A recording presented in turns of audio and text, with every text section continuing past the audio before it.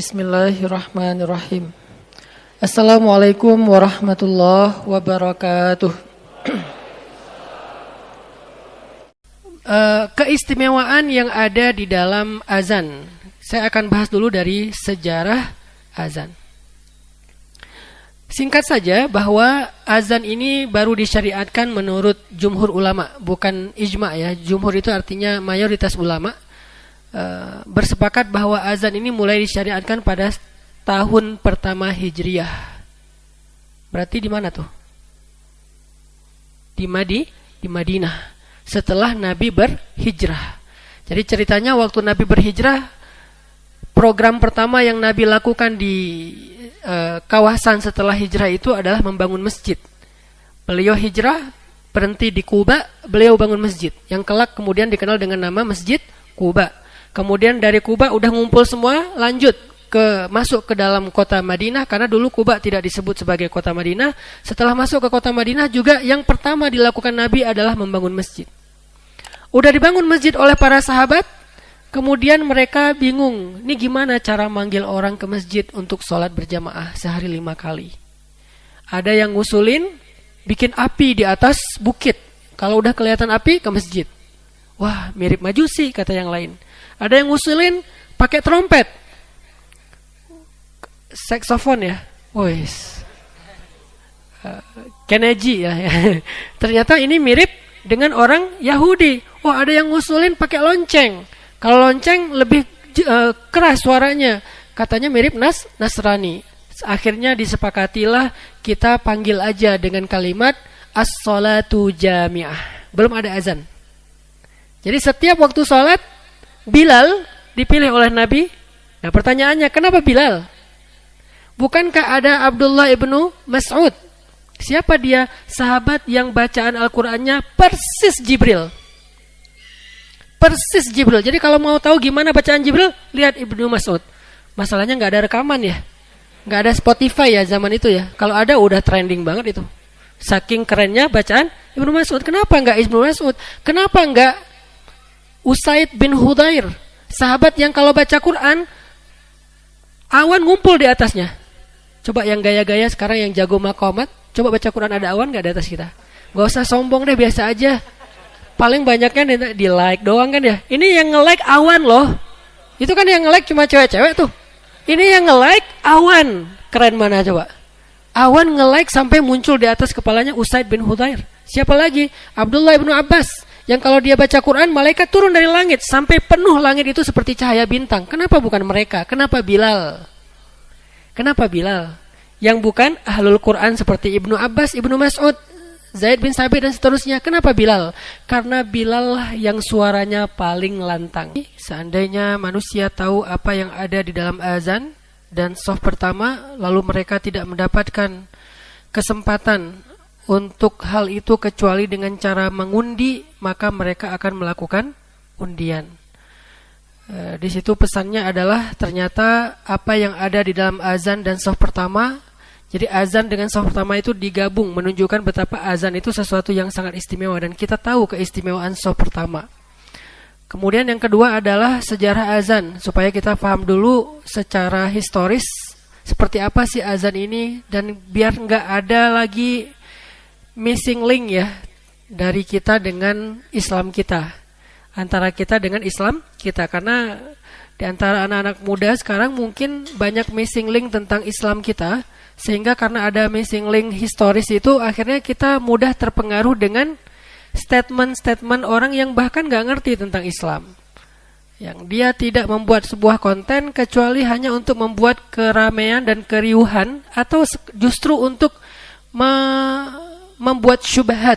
Kalau dalam istilah dakwah itu, syubhat itu keraguan-raguan dan kebingungan dalam tubuh kaum muslimin, sehingga halaqah-halaqah ilmu, masjid-masjid punya tanggung jawab untuk menyambungkan link tersebut, untuk meluruskan persepsi itu dimulai dari sejarah, karena gak bisa dilepaskan dari asal usulnya.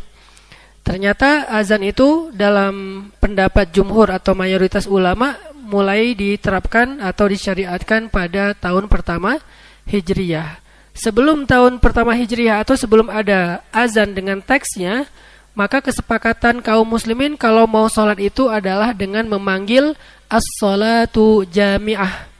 Kita suka mendengar istilah ini kalau lagi taraweh. As-sholatu jami'ah yarhamkumullah, gitu kan ya. Atau yang udah umroh pasti kangen dengan irama itu gitu.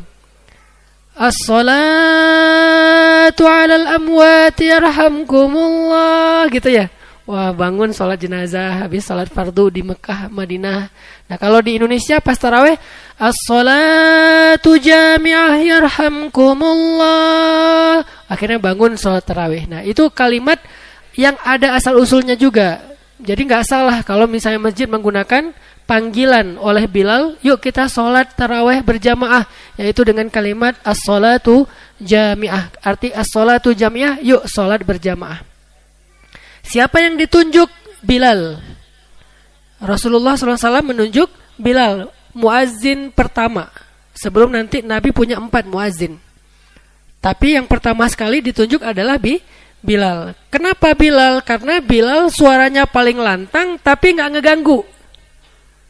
Ini perlu utuh nih. Bukan suara paling lantang dan tidak mengganggu. Karena ada yang suaranya lantang mengganggu. Ada yang suaranya indah tapi nggak lantang, nggak ada yang dengar ya. Nah, Bilal udahlah lantang, nggak mengganggu, karena lantangnya Bilal itu lantang yang penuh dengan estetik, artistik, suaranya berirama gitu walaupun lantang. Karena sekarang kita juga kalau mau dibikin lantang berirama agak susah nih. Makanya memang perlu belajar azan supaya tidak mengganggu orang lain, justru terdengar sejauh mungkin, tapi tidak mengganggu. Yang jadi masalah itu sebetulnya bukan masalah volumenya, tapi emang kadang ada azan yang memang kita sebagai orang yang sering ke masjid pun ngerasa kayak pengen ngegantiin gitu. Pak, boleh nggak saya aja gitu? Ada yang kayak gitu kan? Atau lebih parah lagi kadang-kadang imam. Saya kan sering saya cerita lagi sholat di mall karena saya nggak pakai baju yang katanya baju ustadz. Akhirnya kan nggak ada yang tahu ustadz. Jadi nggak ada yang dorong-dorong, masa saya pura-pura kedorong ya? Akhirnya orang lain jadi imam, ya udahlah nggak apa-apa. Saya pernah yang lebih lucu lagi tuh di sebuah basement hotel. Waktu itu saya lagi ada tamu Ustadz Felix. Ada Ustadz Felix, ada Ustadz Umar waktu itu kalau nggak salah. Di sebuah di ballroom, bukan ballroom, basement hotel ada musolanya. Terus waktu itu ada acara wedding di hotel teh.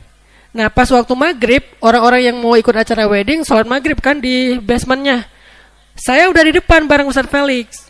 Begitu iqamat, saya mau Ustadz Felix dorong-dorongan dong, kan nggak mungkin saya maju ya. Ustadz, antum aja. Tiba-tiba ada yang nyelonong duluan. Terus kita kayak noleh-noleh, oh ya udahlah, kayaknya nih lebih pro nih kayaknya nih. Pas dia takbir, saya udah langsung feeling, takbir aja udah gini, gimana Al-Fatihah nih? Karena udah sering ikut musabaqah punya feeling ya. Wah, ini takbirnya nih kayaknya bermasalah nih. Pas baca Al-Fatihah kita begitu selesai sholat, antum sih terlalu ikhlas, antum sih terlalu tawadu. Akhirnya kita kayak ngerasa mau ngegantiin si imamnya. Dan itu juga terjadi sama muazzin kadang-kadang. Kita pengen seorang muazzin yang suaranya seperti Bilal. Makanya istilah lain dari muazzin itu kalau di Indonesia Bilal. Kita pengen muazzin seperti Bilal. Apa? Ya karena Nabi memilih Bilal suaranya lantang tapi merdu. Suara lantang tapi indah. Pernah dengar orang Afrika nyanyi? Yang nyanyinya tuh yang reggae-reggae tapi tauhid itu. Itu benar gak sih tuh? Katanya kan itu lagu Islam, saya juga gak ngerti. Takutnya hoax lagi ya. Yang jelas orang Afrika kan banyak yang suaranya bagus-bagus tapi lantang. Nah, Bilal kurang lebih emang karena dia orang Afrika, suaranya emang orang Afrika itu lantang dan emang iramanya merdu. Sekarang kalau cari di YouTube, Qori Afrika itu banyak yang bagus-bagus tuh.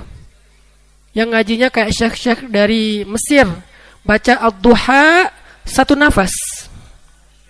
Bukan Ad-Duha, bukan dari Wadduha sampai selesai gitu. Satu nafas gitu. Kalau Ad-Duha doang saya juga bisa. Kalau di Indonesia yang legend banget dulu Haji Muammar ZA Al-Fatihah satu nafas. Tapi bukan Alhamdulillahirabbil alamin. Bukan. Al-Fatihahnya Qori.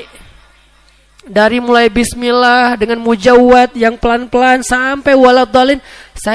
Ini kayak kalau saya tuh 4 kali bernafas tuh. Beliau Haji Muammar Zaid itu 1 kali nafas. Di Afrika juga ada, di Mesir apalagi udah banyak. Nah, kita pengen belajar dari sejarah ini. Oh, ternyata dari sejarahnya juga Nabi memilih Bilal dengan alasan-alasan tadi. Sehingga yang perlu diperbaiki dari masjid-masjid kita di Indonesia adalah, adakah Bilal? Apakah kita sudah mengikuti Bilal? Itunya yang kita perlu perbaiki. Sehingga dilakukanlah pelatihan azan supaya semakin banyak kader-kader Bilal millennials. Ada istilah baru nih. Muncul kader-kader Bilal atau muazin millennials. Anak-anak muda azannya layaknya Bilal bin Rabah. Tapi waktu itu masih panggilannya as-salatu jami'ah. As-salatu jami'ah. Orang datang ke masjid. Di mana manggilnya? Di atas atap rumah orang. Karena dulu Nabawi belum ada menara, akhirnya Bilal mengumandangkan kalimat as-salatu jami'ah di atas atap rumah orang yang paling dekat dengan masjid. Kenapa kok di atas? Supaya terdengar sampai ke pinggir kota Madinah. Karena azan panggilan kepada kaum muslimin, bukan memanggil Allah. Sehingga kalau ada orang yang nggak ngerti agama tapi dia bikin konten dan komen bahwa Allah itu tidak tuli, ini menjadi bukti bahwa dia bukan referensi lagi, udah cacat secara ilmiah. Sampai kapanpun dia nggak bisa lagi jadi referensi tentang keislaman kita. Udah cacat secara ilmiah karena dia nggak paham setingkat masalah azan aja salah. Gimana nanti fikih yang lebih rumit? Karena dia ngerasa bahwa azan itu memanggil Allah. Padahal kalau memanggil doa Allah itu istighosah. Itu memanggil Allah. Tastaghithuna rabbakum fastajaba lakum anni mumiddukum bi'alfin minal malaikati murdifin. Ketika kalian beristighosah, memanggil Allah, meminta pertolongan Allah, Allah menjawab, aku akan mengijabah panggilan kalian. Aku kirimkan 1000 malaikat yang datang berangsur-angsur. Itu namanya manggil Allah. Bahasa Arabnya istighosah. Adakah istighosah di Indonesia? Ada. Ya Allah. Boleh kencang? Boleh. Boleh pelan? Boleh. Tergantung konteks. Kalau sendiri, ya pelan aja. Ya Allah. Kenapa pelan? Tadi surat Maryam. Idnada rabbahu nidaan khafiyya. Ketika Zakaria memanggil Rabbnya, nada Rabbah. Memanggil Rabbnya dengan panggilan, dengan suara yang lirih. Saking lirihnya, istrinya aja gak dengar. Ya, itu namanya nidaan khafiyah, suara lirih. Tapi boleh juga dengan suara kencang, boleh selama konteksnya pas. Seperti sholat istisqa, seperti sholat gerhana. Bukankah kita membaca ayat dan takbirnya dengan suara yang kencang? Nah, artinya azan bukan memanggil Allah. Azan panggilan Allah yang dilantunkan oleh muazzin atau Bilal, yang dipanggil adalah kaum muslimin. Dan bukan hanya kaum muslimin, nanti kita baca lagi, ada literasinya tentang ini. Sehingga Bilal berdiri di atas atap rumah yang dekat dengan Masjid Nabawi. As-salatu jami'ah. Gak lama kemudian suatu malam, seorang sahabat Abdullah bin Zaid bermimpi. Dalam mimpinya Abdullah bin Zaid melihat seorang laki-laki nenteng lonceng, lagi bawa lonceng. Sama Abdullah dipanggil, ala rijlik ya Abdullah, sebentar, saya pengen ngobrol, kata Abdullah bin Zaid. Ada apa? Apakah kamu menjual lonceng itu untuk saya? Laki-laki itu menjawab, untuk apa kamu membeli lonceng ini? Kata Abdullah, saya akan pakai itu untuk memanggil orang datang ke masjid sholat berjamaah. Lalu laki-laki itu mengatakan, mau gak aku ajarin sesuatu yang lebih baik daripada suara lonceng ini? Kemudian Abdullah mengatakan, mau, apa itu? Diajarkanlah teks azan oleh laki-laki tersebut kepada Abdullah di dalam mimpi. Ucapkanlah Allahu Akbar, Allahu Akbar, Allahu Akbar, Allahu Akbar, asyhadu an la ilaha illallah sampai la ilaha illallah. Diajarkan teks azan. Walaupun berbeda pendapat di antara ulama, ada yang 2, ada yang 4. Takbirnya, kemudian syahadat dan seterusnya. Tetapi intinya adalah teksnya seperti itu. Ketika bangkit dari tidurnya, datang sholat subuh ke masjid, Abdullah bin Zaid menceritakan kisah mimpinya kepada Rasulullah. Maka Nabi mengomentari mimpi itu dengan kalimat, sesungguhnya itu adalah mimpi yang benar. Sesungguhnya itu adalah mimpi yang benar. Maka ajarkanlah apa yang kamu hafal dari kalimat azan itu kepada Bilal. Yang mimpi siapa? Abdullah bin Zaid. Tapi diajarkannya ke siapa? Tetap Bilal. Dan Abdullah bin Zaid gak bilang, kan Rasul saya yang mimpi. Kok diajarin ke dia? Bukannya saya yang perform? Kan ini liriknya saya yang dapat. Saya yang perform dong. Enggak, disitulah para sahabat berlapang dada dan Allah memilih siapapun di antara hambanya untuk diberikan ilham yang baik. Padahal Allah kalau mau sangat layak kalau diberikan teks ini kepada Rasulullah langsung. Tetapi kenapa lewat Abdullah bin Zaid? Supaya semua sahabat itu punya rasa memiliki terhadap ibadah sholat dengan azannya. Bukan hanya dari Rasul, tapi dari kami kaum muslimin. Lalu Umar juga ternyata mimpi yang sama. Cuman telat ngomongnya. Bukan ngaku-ngaku ya, Umar udah orang mimpi kamu juga sama. Enggak. Sahabat enggak ada yang sejur'ah itu, tidak ada yang seaib itu. Umar juga mimpi dengan mimpi yang sama. Umar ini memang orang yang sering banget dikasih ilham sama Allah. Bukan itu doang, udah banyaklah ilham-ilham yang keren yang Allah berikan kepada Umar. Ya Rasulullah, sesungguhnya saya memimpi dengan mimpi yang sama. Maka kemudian semakin meyakinkan para sahabat bahwa itu bukan cuma bunga tidur, tapi itu ilham dari Allah. Apalagi udah dibenarkan oleh Rasulullah SAW. Diajarkanlah kepada Bilal. Sejak itulah azan kemudian disampaikan atau disuarakan dengan suara kalimat tauhid. Itu asal usul azan. Sehingga tidak bisa diganti, tidak bisa nggak bisa diubah, gak bisa ditambah kurangkan. Maka seperti itulah azan sejatinya sejak awal.